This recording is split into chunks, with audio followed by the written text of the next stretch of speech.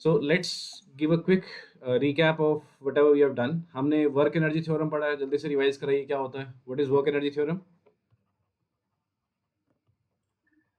So potential energy plus delta of the mass.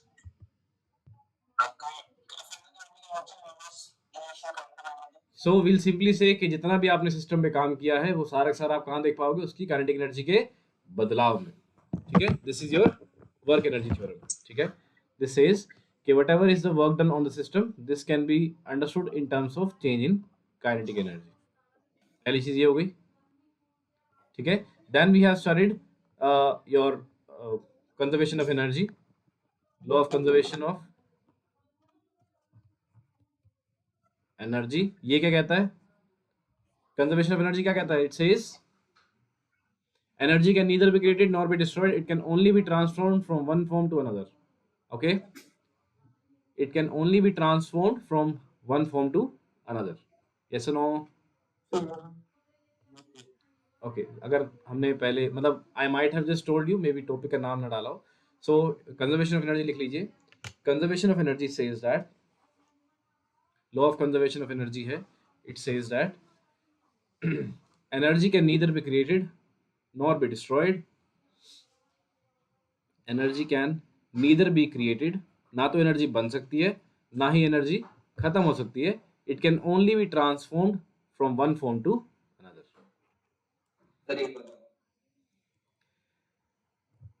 Law of conservation of energy states, अब कौन आया है? Law of conservation of energy states that energy can neither be created, ना तो energy बन सकती है nor it can be destroyed. It can only be transform from one form to another.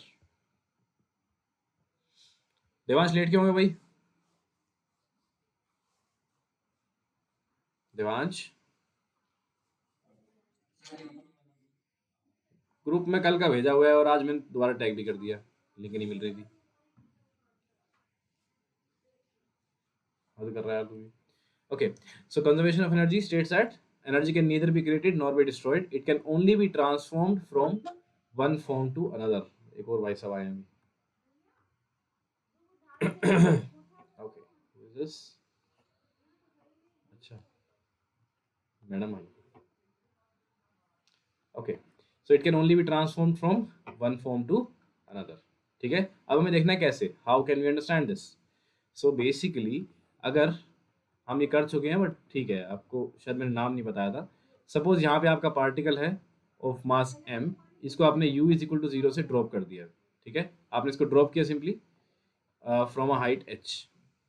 करा हमने ये क्वेश्चन क्लास में.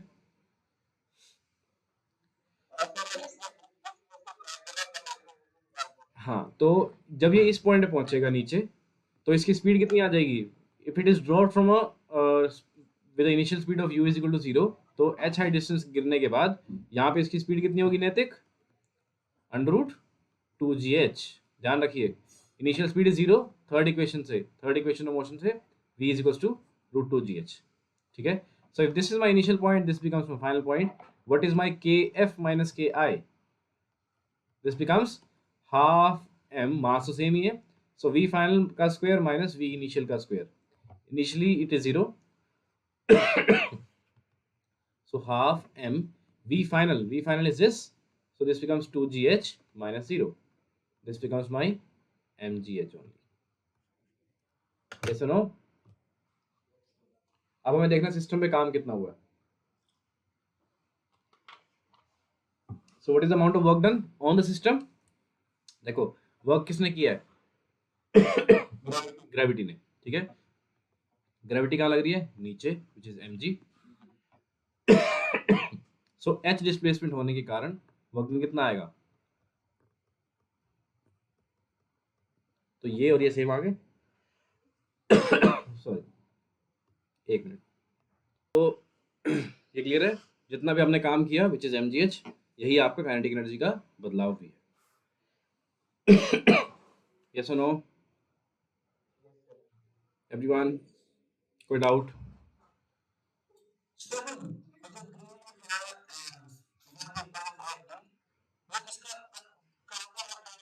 Work done by gravity. भाई ग्रेविटी फोर्स कितनी है mg, और ग्रेविटी की डायरेक्शन में डिस्प्लेसमेंट कितना हुआ है h, नीचे की तरफ। तो यहां से यहां तक आने में ग्रेविटी ने कितना काम किया mgh, और वो कहाँ गया सारा वर्क डन। ठीक है, basically what it is saying is कि काइनेटिक एनर्जी में बदलाव कितना हुआ 0 से mgh। पोटेंशियल एनर्जी बदलाव कितना हुआ mgh, यहाँ पे पोटेंशियल एनर्जी इज 0। इसको अगर हम h इक्वल टू 0 मान ले तो yes or no guys, see if it is not clear बता दो क्या पॉइंट क्लियर नहीं है, चुप रहोगे तो नहीं समझ में आएगा।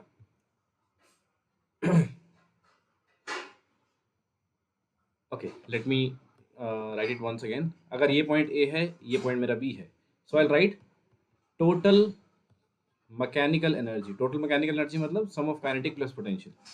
सो total mechanical energy at point A, ये क्या आएगी, ए पॉइंट पे टोटल मैकेनिकल एनर्जी कितनी होती है, this is kinetic plus potential which is इस पॉइंट पे, बिकॉज इनिशियल स्पीड इज 0 तो काइनेटिक इज 0 देवांश। ठीक है, पोटेंशियल कितनी आएगी, अगर ये मेरा रेफरेंस लेवल है, यहाँ से h डिस्टेंस ऊपर मैं हूँ, दिस विल बिकम mgh। ठीक है, again I write total mechanical energy at point B. B point पे कितनी आएगी भाई, इस पॉइंट पे बिकॉज हाइट इज 0 तो आई से मेरी पोटेंशियल एनर्जी 0, बट काइनेटिक मुझे पता है ये वेलोसिटी मेरी इतनी आ चुकी, तो I write half m into v square. इसका स्क्वायर कितना आएगा 2gh, तो ये कितना आ गया सॉरी mgh आएगा, दिस बिकम्स mgh, और ये कितना आ गया, ये भी mgh आ गया। सो टोटल एनर्जी मेरी कंजर्व नहीं होगी at point A and at point B, total mechanical energy is conserved. ठीक है, सो सी अभी तक हम सिर्फ एनर्जी की बात कर रहे हैं, जब हम क्लास 11th में जाएंगे हम थोड़ा और इसको थोड़ा और प्रिसाइजली बोलेंगे। जो law of conservation of energy है, this is the conservation of mechanical energy. देखो टोटल एनर्जी हमेशा कंजर्व रहेगी, लेकिन मैकेनिकल एनर्जी सिर्फ तभी कंजर्व रहेगी जब conservative system, conservative forces act कर रही होंगी। So I repeat this statement again, but उससे पहले मुझे बताओ ये दोनों चीज़ें क्लियर हैं या नहीं है, ये चीज़। ठीक है एवरीवन, इसका एक और एग्जांपल देखेंगे। मैं एक बार कंजर्वेशन ऑफ एनर्जी को थोड़ा और प्रिसाइज कर रहा हूँ, बिकॉज हम मैकेनिकल एनर्जी में पहुंच चुके हैं, तो थोड़ा और इलेबोरेट कर देता हूँ। अब कौन आया यार आधे घंटे बाद, शोर रहे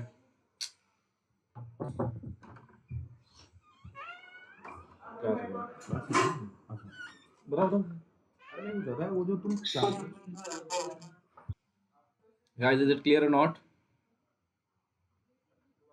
So what I'm saying is there is a difference between conservation of energy as per class 9th and actually जो हम पढ़ेंगे अभी, तो conservation of energies कि एनर्जी ना तो बनेगी ना ही डिस्ट्रॉय हो पाएगी, it can only be transform from one form to another, which means के भाई विंड एनर्जी से आप इलेक्ट्रिसिटी बना सकते हो और ये सब हम कर सकते हैं। ठीक है, सूरज की रोशनी से हम एनर्जी बना रहे हैं, तो सूरज की एनर्जी है which can be transform to electrical energy, वो है कंजर्वेशन ऑफ एनर्जी, वो चीज़ है। अब कौन है भाई, तुम टाइम पे क्यों नहीं आते हो यार, Avni Pradhan, is this the time to come, आधा घंटा हो चुका है क्लास को।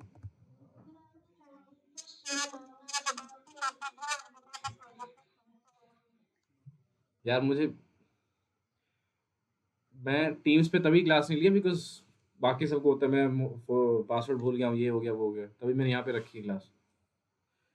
Okay so conservation of energy is के energy can neither be created not be destroyed, सिर्फ एक फॉर्म से दूसरी फॉर्म में जाएगी। That means solar energy, light energy से हमारे पास आ जाएगी इलेक्ट्रिसिटी, इलेक्ट्रिकल एनर्जी से हम मैकेनिकल एनर्जी बना सकते हैं एंड सोन, मैकेनिकल से भी हम इलेक्ट्रिकल बना सकते हैं and these can be transform. ये है conservation of energy which is the basic principle of nature.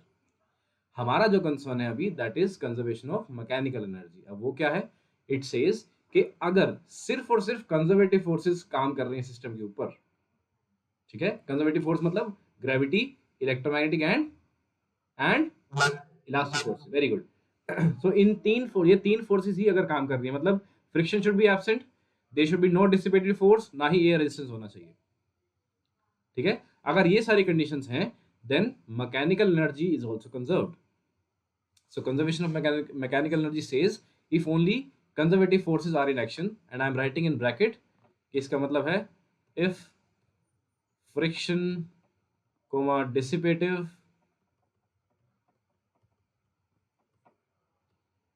dissipative forces, any air resistance or whatever, इस तरह की सारी फोर्सेस जो भी हैं आपकी, ये अगर जीरो हैं, मतलब अगर आप इनको नेग्लिजिबल मान लें या फिर आप मान लें कि है ही नहीं, एग्जिस्ट नहीं कर रही हैं, एकदम आइडियल कंडीशन है सारी. So if only conservative forces are in action, then mechanical energy is also conserved. Mechanical energy आपकी कंजर्व्ड होगी. अब मैकेनिकल एनर्जी क्या है? Mechanical energy is the sum of kinetic plus potential. ठीक है, mechanical energy is something as a sum of kinetic plus potential. तो ये आपका कंजर्वेशन ऑफ मैकेनिकल एनर्जी है. डिसिपेटिव मतलब जो चीजें खत्म करती जा रही है, जैसे वेलोसिटी, फ्रिक्शन है, हमारी स्पीड कम करती जाएगी, एनर्जी को खत्म मतलब बेसिकली डिसिपेशन इज, मैं एग्जांपल से आपको बताता हूँ. अगर मैंने फुटबॉल को फर्स्ट पे मारा तो जो फ्रिक्शन लग रही होगी और जो एयर रेजिस्टेंस होगा घास के बीच में, जो फ्रिक्शन होगी घास और फुटबॉल के बीच में, एंड जो हवा का धक्का लगेगा पीछे की तरफ, that is dissipating my velocity, that is dissipating my energy in the form of, जो मेरी मैकेनिकल एनर्जी है, जो मेरी वेलोसिटी है, काइनेटिक एनर्जी है, that is now going into heat, it is going into sound. भाई बोल जाएगी तो आवाज भी आएगी. ठीक है, तो वो डिसिपेट कर रही है मेरी काम की चीज को. ठीक है,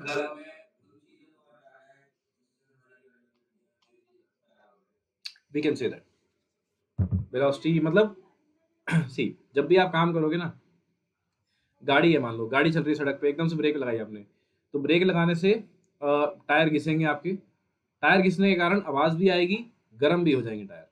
सो जो भी आपकी टायरों की काइनेटिक एनर्जी थी, that has gone into heat energy and sound energy. हो सकता है चिंगारी भी निकल आए. ठीक है, हो सकता है आपका टायर फट भी जाए, तो टायर की elastic potential energy has also changed. हम उस पर भी खेल नहीं जाते, बट हम अभी देखते हैं लाइट और एनर्जी में जा रही है, साउंड में जा रही है, जो कि हमारी काम की नहीं है.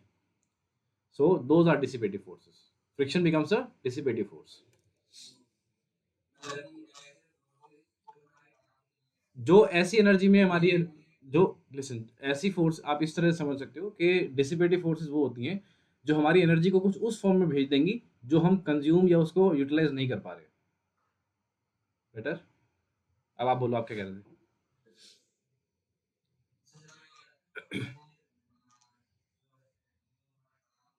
हाँ मतलब काम की एनर्जी के, काम की एनर्जी का वो नहीं है, मतलब देखो, अब यूं तो फ्रिक्शन डिसिपेटिव फोर्स है, लेकिन ये काम नहीं आती, हाई ठंड होगी, काम आ रही है ना हमारे, मतलब हाँ मतलब डिसिपेशन एज इन एनर्जी उस फॉर्म में चली जाए जो हम डायरेक्टली यूज नहीं कर पा रहे. तो ये हम, ठीक है, इस केस में हम फ्रिक्शन को यूज कर पा रहे हैं, तो even though if it is dissipative force, लेकिन इस एनर्जी को हम इस पॉइंट पे यूटिलाइज कर पा रहे हैं. लेकिन क्या मैं साउंड को यूज कर पा रहा हूँ इसकी? नहीं ना. This is dissipation. एनर्जी, हाँ जी बताइए. Conservation of energy and mechanical energy both are different things. समझ में आया दोनों चीजें?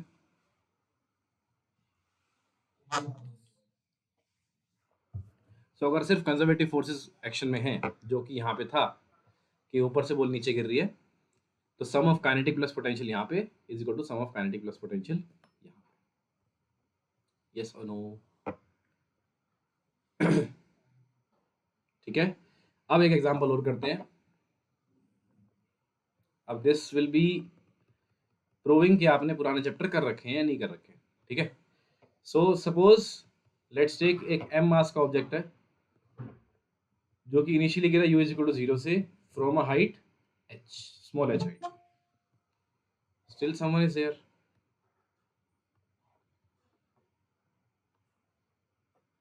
मिशिका तो थी भाई पहले भी. ओके, सो सपोज कर लीजिए कि आपके पास एक एम मास का ऑब्जेक्ट है जो कि initially u is equal to 0 से ड्रॉप हुआ है, it will fall through a distance of h.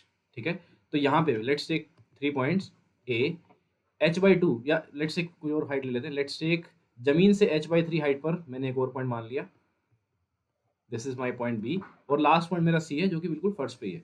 और मेरा यही मेरा रेफरेंस लेवल है, this is my H is equal to 0। ठीक है, यस और नो? ओके, सो पहला पॉइंट मेरा ए है, द हाईएस्ट पॉइंट, जमीन से एच डिस्टेंस ऊपर। दूसरा पॉइंट है मेरा बी, जमीन से h/3 डिस्टेंस ऊपर। तीसरा पॉइंट है मेरा C, which is at the ground only. भाई थोड़ा शक्ल दिखा दोगे, मुझे भी थोड़ा फील आती है कि भाई कुछ क्लास चल रही है। मैं आपकी एक बार अटेंडेंस भी ले लूँ, एक बार वीडियो ऑन करोगे सभी?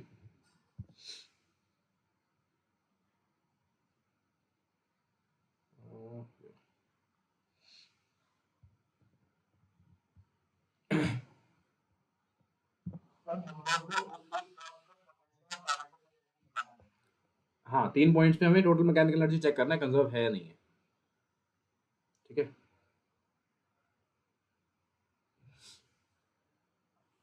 okay, so coming back to our question once again.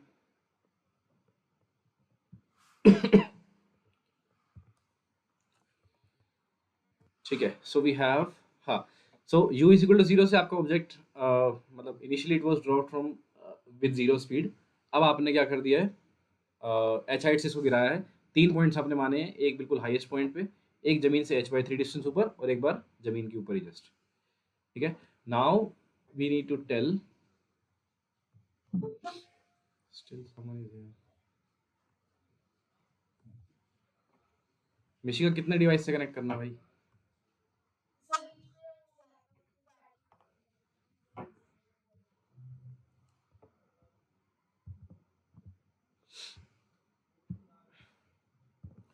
Okay, so these are the 3 points जहाँ पे आपको मैकेनिकल एनर्जी चेक करनी है। ठीक है, सबसे पहले let's find out the total mechanical energy at point A. कितनी आएगी? This will be kinetic energy 0, this is the sum of kinetic plus potential which is 0 plus which is mgh। Yes और no? इसमें किसी को कोई doubt mgh में? Guys, no doubt, total mechanical energy at point A. Next comes total mechanical energy at point B. B point पे energy कितनी आएगी? This is kinetic energy at point B plus mg, बोलो कितना आएगा?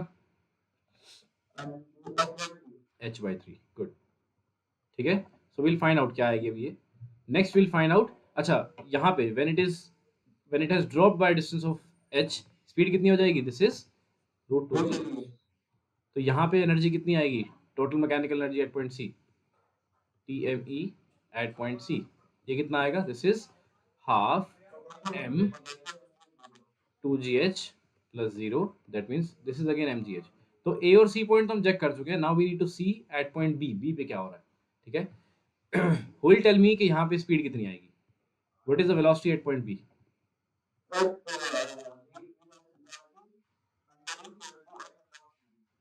Okay, so यहाँ पे हम क्या करेंगे, we'll use again the second third equation. आपका object u is equal to 0 से गिरा है, यहाँ पे स्पीड कुछ vb है। Apply the third equation of motion, वील से vb का स्क्वायर माइनस u का square is equal to 2 into G into distance कितना है यहाँ से यहाँ के बीच में?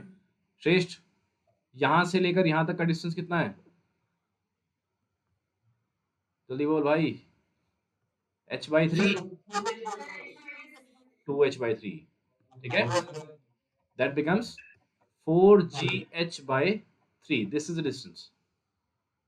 ठीक है, so I'll get my vb का स्क्वायर माइनस 0 का square is equals to 4gh/3।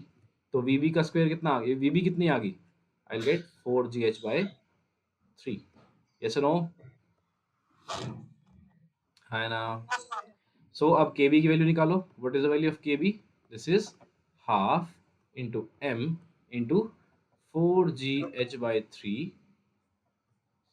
Root का स्क्वायर कर दिया, खोल दिया, प्लस अब मतलब टोटल ये आपका kbh है, kb है आपकी ये, this is half mgh into 4/3, मतलब कहना इससे दिस इज कितना बन जाएगा ये? 4/3 इंटू 1/2, दिस बिकम्स 2/3, 2/3 mgh। ठीक है, और अगर मैं टोटल मैकेनिकल एनर्जी लिखूं एट पॉइंट बी, वो कितनी बन जाएगी? This will B 2mgh/3 plus mgh/3, ये कितना हो गया 3mgh/3, that means again mgh. Therefore we have proved कि total mechanical energy is same at point A, same at point B and same at point C. ठीक है? yes or no? तो कहीं पर भी आप होगे तो टोटल मैकेनिकल एनर्जी कंजर्व रहेगी। कब कंजर्व रहेगी? जब सिर्फ और सिर्फ कंजर्वेटिव फोर्सेस एक्शन में।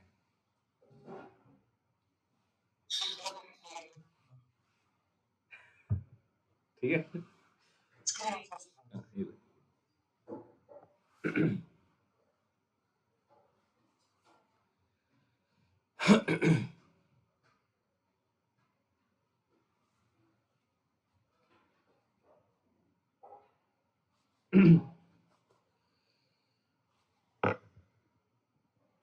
सो समृद्धि का क्वेश्चन था, ये समृद्धि के लिए गया सारा इतना सब कुछ। Okay, so now coming to the same concept in pendulum, चलें उस पे।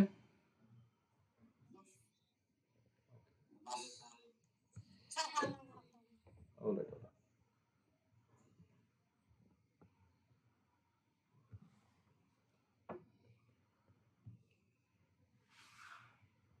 किसी कोई डाउट? देवांश, सिद्धांत, स्वास्थ्य नहीं आया ना? ध्यान में नहीं आया तो यार ऑनलाइन तो ले सकता है class.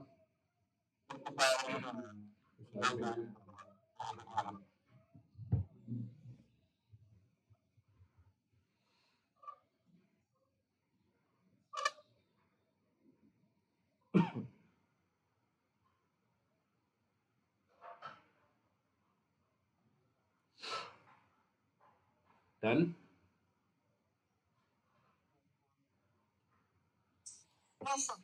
Okay, so coming back to the point कि टोटल मैकेनिकल एनर्जी हम पेंडुलम में कैसे ऑब्जर्व करेंगे।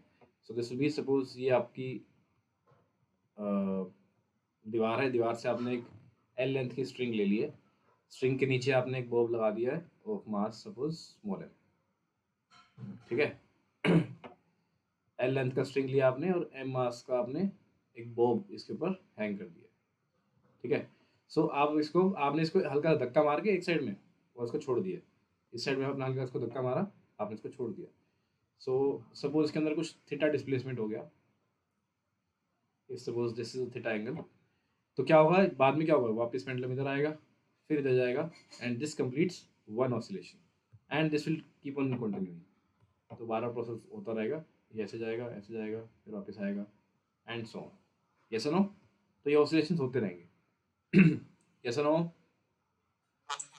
ठीक है। तो यहाँ पे हमें अब देखना है कि काइनेटिक एनर्जी और पोटेंशियल एनर्जी क्या क्या आएगी और कैसे कैसे आएगी, ठीक है। देखो पोटेंशियल एनर्जी क्या होती है? Potential energy is the energy that a body has with respect to its position, position होने के कारण उसकी उसके पास क्या एनर्जी आती है, ठीक है। तो देखो अगर मेरे पास एक, हाँ जी,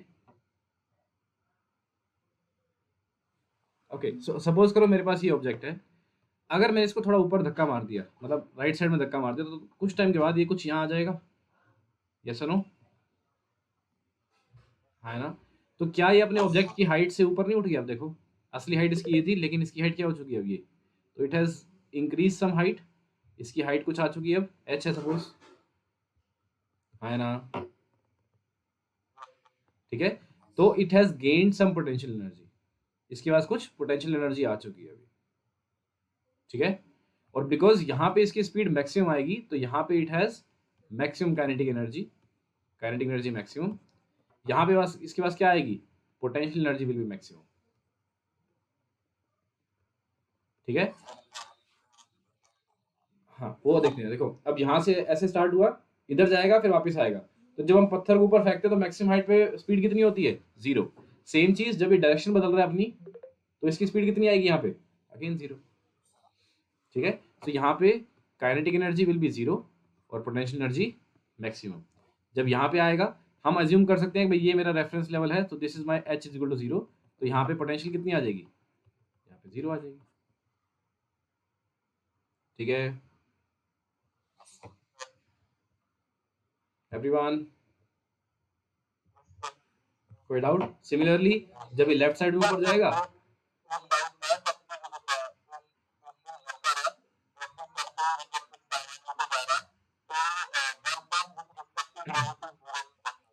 वर्क डन विद, पहली बात आपका क्वेश्चन में थोड़ा मैं रिफ्रेश करूंगा, work done with respect to gravity नहीं होगा, वर्क डन बाय ग्रेविटी होगा। नहीं वो मतलब वो नहीं है इसका, बट ठीक है आप बताओ। हाँ बट मुझे क्लैरिफाई करना जरूरी है क्लास को, because this is an important thing. With respect to gravity नहीं होता, बाय ग्रेविटी आएगा। भाई अयान है, अयान सारा टाइम गेम खेलता तो ये पढ़ नहीं पाया, ठीक है, इसको जॉब नहीं मिली, तो ये कुलिया काम कर रहा है। ठीक है, सो ये अब किसी लगेज को उठा के ऐसे जा रहा है, तो ग्रेविटी कहाँ लग रही है, नीचे। Ayaan okay, M ji is acting downwards, आपका डिस्प्लेसमेंट कहाँ पे हो रहा है, इधर की तरफ।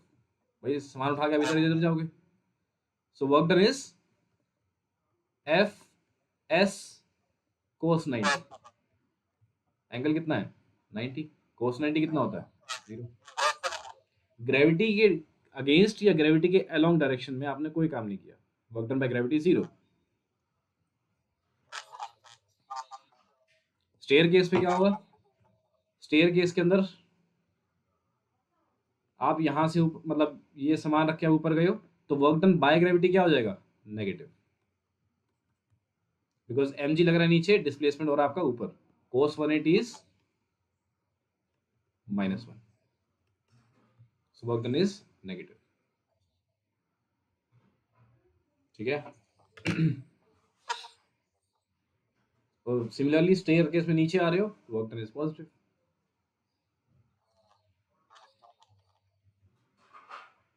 पॉजिटिव वन नहीं, एम इंटू जी, एम जी एच हो जाएगा। भाई ग्रेविटी कितनी है, एम जी है, हाइट मान लो आपने एच हाइट अक्वायर करी है, तो वर्क डन क्या आ जाएगा, ऊपर जाओगे तो -mgh, नीचे जाओगे तो +mgh, -1 नहीं, मतलब कोस 180 will be -1, work done will be -mgh। ठीक है, हाँ जी अदर्स,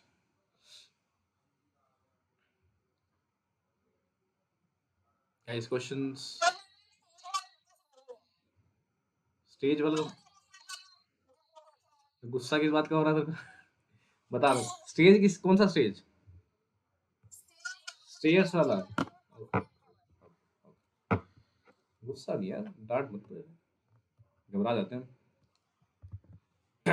ओके, सो सपोज आपको जाना है ऊपर स्टेयर्स पे, okay, so now Samriddhi is here, ये सामान लेके सिर पे ऊपर जा रही है, ठीक है, स्टेयर्स पे चढ़ रही है, सपोज आप बैग लेके अपना स्कूल का स्कूल के अंदर चढ़ रहे हो ऊपर 4th फ्लोर पे, ठीक है, सो नाउ एम जी इस लगेज के ऊपर एम जी कहाँ लग रहा होगा, समृद्धि एम जी नीचे लग रहा होगा, बोल ऐसे रही जैसे सर आपको नहीं पता एम जी नीचे लगेगा। Okay, M G will be acting downwards, आपके बॉक्स का डिस्प्लेसमेंट कहाँ हो रहा है, ऊपर की तरफ। What is happening? क्या हो गया, 101 हो गया, एक सेकंड। सो समझिए, देखो M G is acting downwards, आपका डिस्प्लेसमेंट स्टेयर्स में ऊपर की तरफ हो रहा है, तो लगेज का डिस्प्लेसमेंट कहाँ हो रहा है, ऊपर की तरफ, तो work done is negative.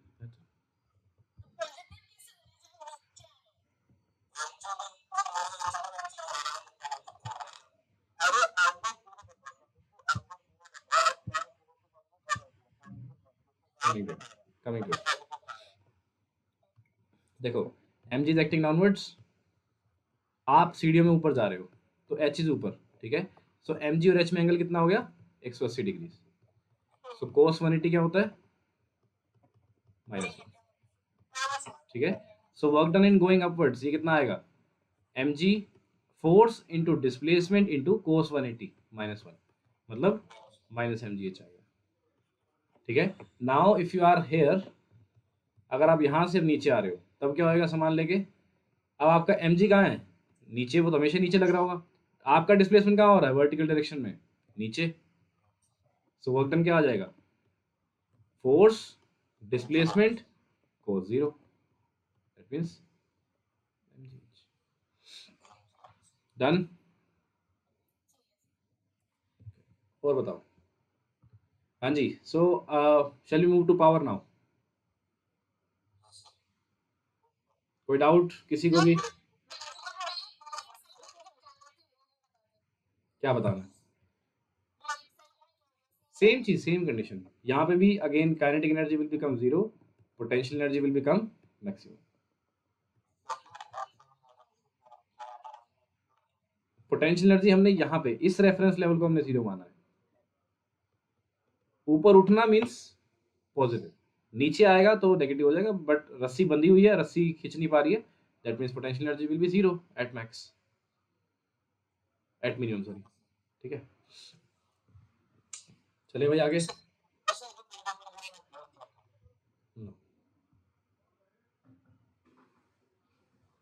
Happy,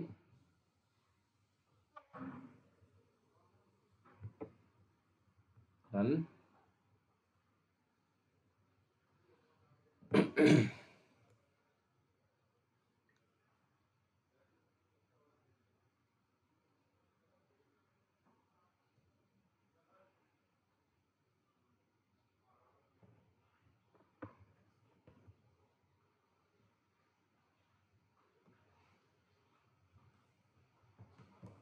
चले भाई आगे।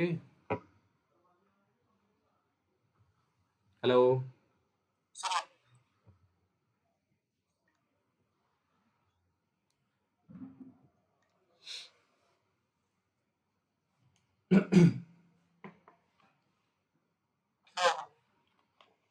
Thank you sir.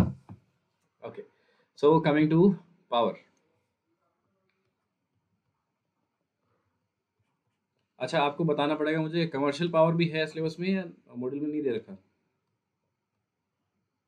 Yes, kilo vote our के नाम से कुछ है, KWH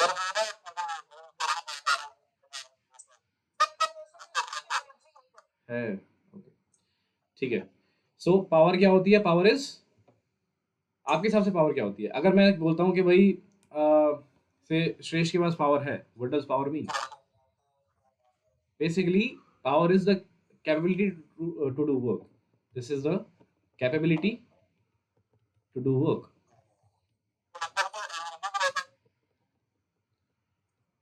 okay, power is defined as कि कितना काम करने की हिम्मत है, as in how much energy can you provide और how much energy can you utilise in a particular interval of time. ठीक है, सो अगर हम, ये तो हमारी सिंपली बेसिक डेफिनेशन हो गई है। If you see capability to do work means energy consume per unit time. ठीक है, so power is rate of doing work, rate of transfer of energy. ठीक है, एनर्जी कंज्यूम्ड, अभी हम सिर्फ उस पर आ रहे थे कि लेमन लैंग्वेज में क्या समझ सकते हैं, this is energy consumed per unit time. ठीक है, basically this is the rate of doing work.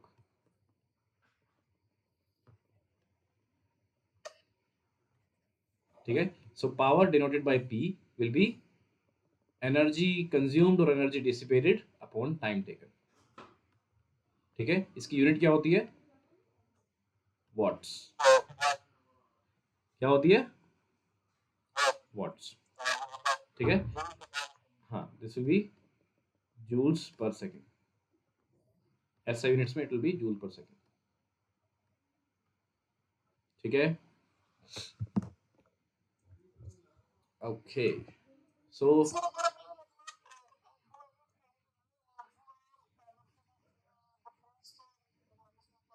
Okay, सो मैं एक एग्जांपल देता हूँ, आपको क्लियर हो जाएगा। सपोज आप हो और समृद्धि है, ठीक है, दो लोग हो, आप भी यहाँ से ऊपर जा रहे हो और समृद्धि भी इतनी ही स्टेट, मतलब सेम चीज़, आप सभी सुबह सुबह जाते हो स्कूल जाते time, you carry the bag from ground level to fourth level. सबका सपोज करें 10 किलो का बैग है, सभी के सभी 10 किलो का बैग ग्राउंड फ्लोर से फोर्थ फ्लोर पे लेके जाते हैं, ठीक है। बट एक बंदा जाने में लगाता है 1 मिनट, दूसरा जाता है आराम से, यार मैं थक गया, वो 3 मिनट लगाता है, तो he is having more power, ये वाला, दिस हैज मोर पावर। क्यों? क्योंकि इसका डिनोमिनेटर कम हो चुका है। सो P1 कितना आएगा? देखो वर्क डन तो सेम आएगा दोनों का, विच इज माइनस mgh। तो अगर मैग्नीट्यूड लिखें तो it is just mgh upon time taken is 60 seconds. इसके लिए पावर क्या आएगी? This is mgh upon 180 seconds. तो ऑब्वियसली बात है, इसका डिनोमिनेटर बढ़ गया तो इसकी पावर कम हो गई है। समृद्धि, सॉरी मिशिका, क्लियर है? So power is the rate of doing work. Rate मतलब variation with respect to time in physics. ठीक है? Okay. So next topic बताइए मॉड्यूल में क्या है?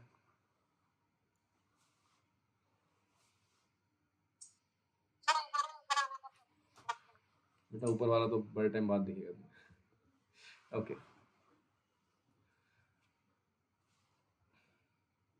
हाँ जी, नेक्स्ट टॉपिक बताइए।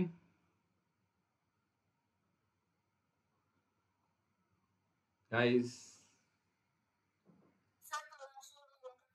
कमर्शियल है, will not come to it, वो नेक्स्ट क्लास में करेंगे। है इलेक्ट्रिसिटी रिलेटेड है वो बिल्कुल। तो पहले इसको इसी क्वेश्चंस लगा के आइए, उसके बाद कमर्शियल यूनिट पे आएंगे, ठीक है। और वो भी हम इलेबोरेट नहीं कर पाएंगे बिकॉज हमने ओम्स लॉ नहीं पढ़ा है, तो ज़्यादा उसमें डेप्थ में नहीं जाएंगे। ओम्स लॉ इलेक्ट्रिसिटी में आता है, क्लास 10th में आएगा, तो अभी इसमें इन डेप्थ नहीं जाएंगे। लेट्स जस्ट पहले एक बार पावर अच्छे से कर लीजिए, इस पे क्वेश्चंस लगाइए, फिर हम कमर्शियल पावर पे आएंगे, वरना कंफ्यूज हो जाओगे आप। कमर्शियल यूनिट जो होती है आपकी वो एनर्जी की होती है, लेकिन डिफाइंड पावर के टर्म्स में होती है, किलोवाट आवर। तो अभी उसमें नहीं जाएंगे बिकॉज अभी हमने स्टार्ट किया है। तो पहले ये इसको अच्छे से कर लीजिए, इसके क्वेश्चंस करके आइए, एंड देन विल कंटिन्यू। ये दिया तो एग्जांपल।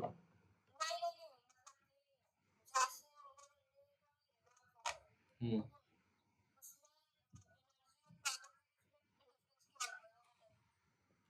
सेम चीज देखो, एनर्जी जो ये बंदा लेके जा रहा था, इसने भी same amount of energy consume करी, इसने भी same amount of energy consume करी, इसने बस टाइम कम लिया, इसने टाइम ज्यादा लिया, तो इसकी पावर ज्यादा हो जाएगी, इसकी पावर कम हो जाएगी।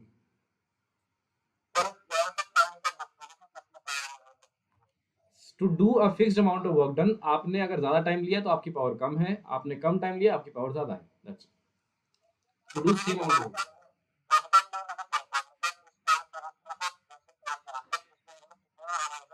सी delta T is a time interval, not the time. Time होता है 11 बजे, टाइम इंटरवल होता है सिर्फ 5 सेकंड के लिए, 11 से लेकर 11:00:00:05 यहाँ तक। तो delta T is the time interval, not the time, ठीक है। टाइम इंटरवल मतलब डिफरेंस कितना है, यहाँ से यहाँ तक जाने में कितना टाइम लगा। हम कभी ये नहीं कहते 10 बजे से लेकर 10:05 तक, हम कहते 5 मिनट लगे, ठीक है। दो बोलो।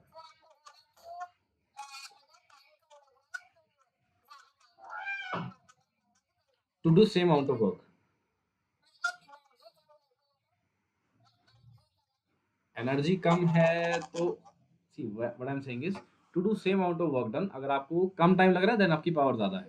तो अगर आप बोलोगे भाई एक सीढ़ी चढ़ लेता है या एक फ्लोर चढ़ता है 1 मिनट में, और ये 5 या 4 फ्लोर चलता है 3 मिनट में, तो पहली बात तो खैर इससे कंपेयर करना it's not right because work done are different. But हाँ, अगर आप बोलो कि इन जनरल इसको एक फ्लोर चढ़ने में लगता है 1 मिनट, तो आप बोलोगे लेट सपोज एक फ्लोर की हाइट है h, तो आप क्या बोलोगे? पावर कितनी आ जाएगी? P1, this is mgh upon 60, ठीक है। इसके लिए अगर ये 4 फ्लोर चढ़ रहा है तो कितनी हाइट होगी? 1 2 3 एंड 4, 4h होगी, यस नो। इसके लिए क्या आएगी power? This is 4mgh upon, suppose 3 minute लगाए इसने तो 180 आ जाएगा। तो दोनों की पावर निकालोगे तो इसकी पावर ज़्यादा आ जाएगी।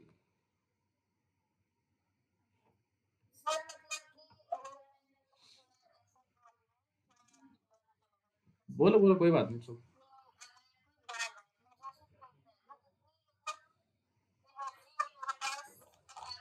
ओके।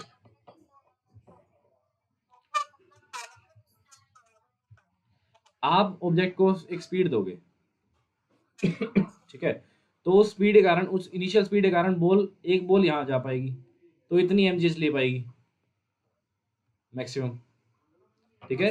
अब दूसरा कोई बंदा फेंकेगा, वो यहाँ तक फेंक देगा, उससे ज़्यादा हाइट फेंक दी, तो पावर किसकी ज़्यादा आएगी? ऑब्वियसली इसकी, इसने ज़्यादा अमाउंट ऑफ वर्क डन किया है।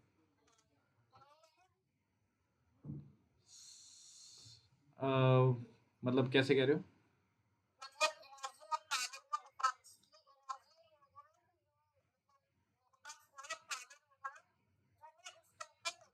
नहीं, अच्छा उससे नहीं समझ रहे हो आप, नहीं। ओके, सही चीज़ आपने पॉइंट आउट करी है। सी अभी के लिए इस कंसेप्ट में you can only relate energies, because जो टाइम का कंपोनेंट है ना, वो सिर्फ ग्रेविटी संभाल रही है। आप इसके टाइम को जल्दी करने में कुछ भी नहीं कर पा रहे हो, आप सिर्फ स्पीड दे पाओगे, दैट मीन्स काइनेटिक एनर्जी दे पाओगे आप, और काइनेटिक एनर्जी मतलब सिर्फ आप एनर्जी की टर्म्स में बात कर सकते हो। इस पर्टिकुलर एग्जाम्पल के लिए considering power, let me think कि हम पावर को यहाँ पे कैसे सोच पाएंगे, बिकॉज टाइम वाला कंपोनेंट, एक्सेलेरेशन आपके हाथ में नहीं है, एक्सेलेरेशन हाथ में है ग्रेविटी के, वो दोनों के लिए सेम है। तो टाइम वाला component it's not good to understand from this example, इसमें सिर्फ आप एनर्जी रिलेट कर पाओगे, पावर वी कांट से। अगर हम इसको उस पर सोचने में लगें तो हम ये कह सकते हैं, ठीक है, आपने यहाँ से फेंका, ओके, इस एग्जांपल में अगर आपको पावर की टर्म्स में सोचना है तो आप बोलोगे एक बंदा ने u1 स्पीड से फेंका, दूसरे ने u2 स्पीड से फेंका, एंड वी सपोज कि u1 is lesser than u2, ठीक है, मान लो सेकंड बंदे ने ज़्यादा स्पीड से फेंका, तो विल से कि सेम अमाउंट ऑफ टाइम के अंदर कितने, मतलब लेट सपोज 1 सेकंड के अंदर u1 यहाँ तक पहुँचेगा लेकिन u2 यहाँ पहुँच जाएगा, ठीक है। सो पहले केस में लाइक पावर फर्स्ट के केस में क्या आएगी, mgh1 अपॉन 1 सेकेंड, पावर 2 क्या आएगी, mgh2 upon 1 second. Obviously because अगर आपकी u2 की स्पीड ज़्यादा है तो h2 will be larger, yes no? तो अगर h2 ज़्यादा है that means power of second is larger, ठीक है। कोई एक चीज़ आपको रेफरेंस लेनी पड़ेगी, मतलब टाइम आपने 1 सेकंड बोल दिया, 1 सेकंड में कितनी ऊपर जा रहा है, तो फर्स्ट की पावर, सेकंड वाले की पावर ज़्यादा आ रही है।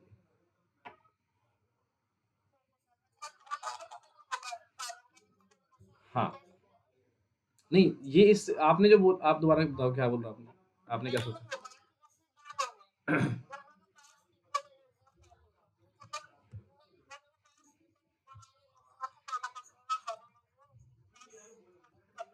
ठीक है,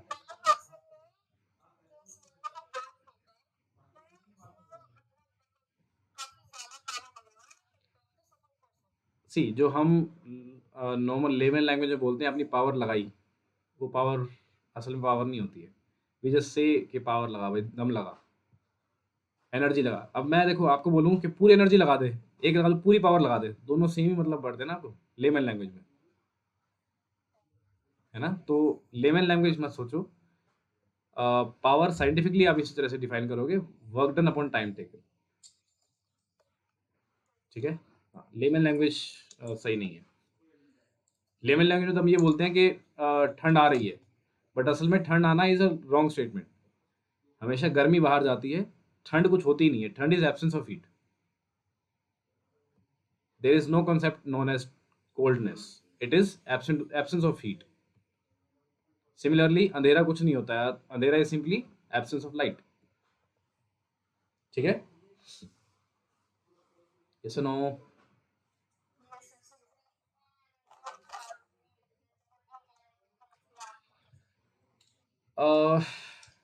power is how soon you can consume energy और डिसिपेट एनर्जी, मतलब एनर्जी कभी वेस्ट नहीं होती, तो dissipation is a better word, कहाँ पे आप यूज कर रहे हो उसको एक तरह से, ठीक है। Power is how quickly you can consume energy और डिसिपेट एनर्जी।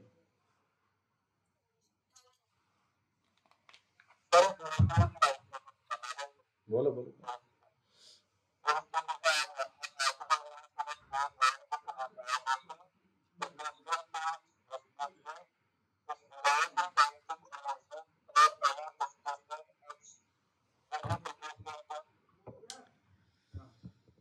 ओके, एक्सेलरेशन आपको दे रखा है, this is proportional to displacement, so work energy theorem लगाओ। वर्क एनर्जी थ्योरम क्या कहता है? This is K F minus K I. Work done क्या आएगा? F into T S. यार इंटीग्रेशन का क्वेश्चन है ये, आप नहीं कर पाओगे अभी। क्या आता है देखो,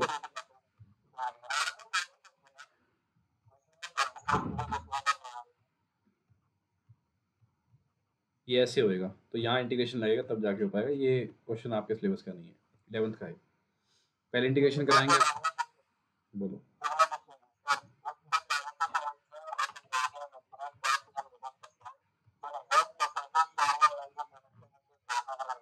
ओके, सो देखो अब बात आती है काइनेटिक एनर्जी और मोमेंटम में रिलेशन क्या है। So we know kinetic energy is half M V square, है ना?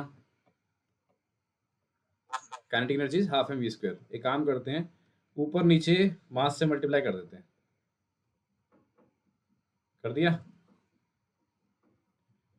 What does this become? This becomes M square V square upon, this becomes P square upon 2m। So I have got another relation कि मेरी kinetic energy जो है that is P square upon 2m। Yes और no? So अब ये formula आपको ध्यान रखना है। Kinetic energy is P square upon 2m। Yes और नो? ठीक है, सो अब ये फॉर्मूला आपको याद भी रखना है और हर जगह अप्लाई भी होगा। That kinetic energy is P square upon 2m, या फिर you can say momentum is under root 2m K, where के इज द काइनेटिक एनर्जी।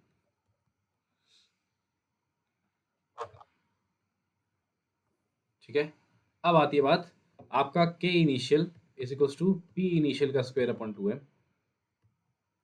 ठीक है, दोबारा क्वेश्चन बोलो यान एक बार।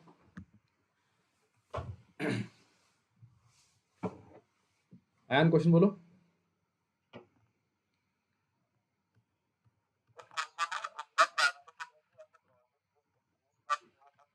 काइनेटिक एनर्जी बढ़ गई है। ठीक है, ठीक है, kinetic energy is increase by 300%। Okay, so suppose कर लेते हैं पहले मेरी काइनेटिक एनर्जी थी कुछ के आई। ठीक है, इसमें 300% इंक्रीज देखो दो तरह से होता है। एक होता है kinetic energy is increased to 300%, एक होता है kinetic energy is increase by 300%। तो अगर मैं बोलूंगा to increased to, if I say increased to 300%, तो पहले अगर के थी बाद में कितनी हो जाएगी? के 3k हो जाएगी। इंक्रीज्ड टू है ये। ठीक है, दूसरा होता है इंक्रीज्ड बाय, इंग्लिश है बस, इंक्रीज बाय 300%। तो ये क्या बनेगा? दिस विल बी 4k हो जाएगी।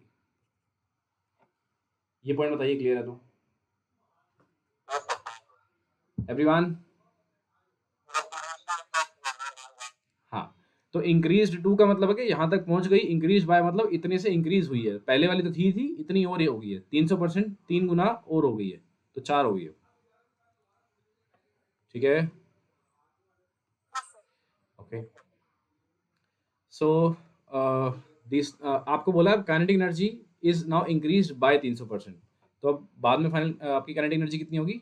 3 टाइम्स ऑफ के, सॉरी इंक्रीज बाय है तो 4 टाइम्स ऑफ के होगी आपकी क्वेश्चन के अंदर। Yes no? पहले अगर के आई थी तो के एफ कितनी हो जाएगी? This is 4 times of K I. Yes no? आपकी पहले kinetic energy was K I, if it is increase by 300% it has become 4 times of K I. Yes no? तो अब हम क्या करेंगे? Will say kinetic energy initial is equals to P I square upon 2m, और ये क्या आ जाएगी? 4 times of K I becomes P F square upon 2m। Yes no? भाई ये के एफ है which is 4 times of K I which is P F square upon 2m। ठीक है, सो के एफ, सॉरी हमें निकालना है बाद में मोमेंटम कितना बन जाएगा। तो क्या बन जाएगा? P F square will be equals to 8m K I. Yes no? तो पी एफ कितना आ जाएगा? This is under root of 8m K I. ठीक है, this becomes my final momentum. So P F कितना आ जाएगा? This becomes 2√2 times of, this becomes, अच्छा अब मेरे को क्या है, पुराने मोमेंटम मुझे लेके आना है. तो आई नो, अगर मैं इसमें ऐसे लिख दूँ 4 × 2 mki, तो 2 mki क्या है? This becomes my initial momentum. ठीक है. सो मेरा फाइनल मोमेंटम क्या हो चुका है? Simply 2 times the initial momentum. Yes no. √4 को मैंने निकाल लिया, 2 आ गया, and I am left with √2 mki which is my P initial. Now so मेरा final momentum becomes twice the momentum. तो अगर आपसे पूछा है काइनेटिक एनर्जी 300% से इंक्रीज हुई है, तो मोमेंटम कितने से इंक्रीज होगा? Momentum has increase by 100%. 100% increase to 200% या फिर इंक्रीज बाय 100%, एक ही बात है. ठीक है. पी एफ इंक्रीज्ड टू 200% और बेटर से इंक्रीज्ड बाय 100%. ठीक है. कोई डाउट? और बताइए.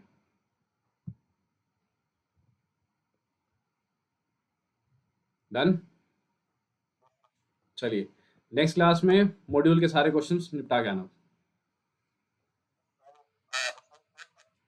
हाँ हाँ हो जाएंगे यार, बैठोगे एक दिन बैठ जाओ, 2 घंटे के लिए हो जाएंगे. हाँ हाँ कोई बात नहीं, ट्राई करके आना. ठीक है. चलिए. Okay. Okay guys, bye. Bye. Bye.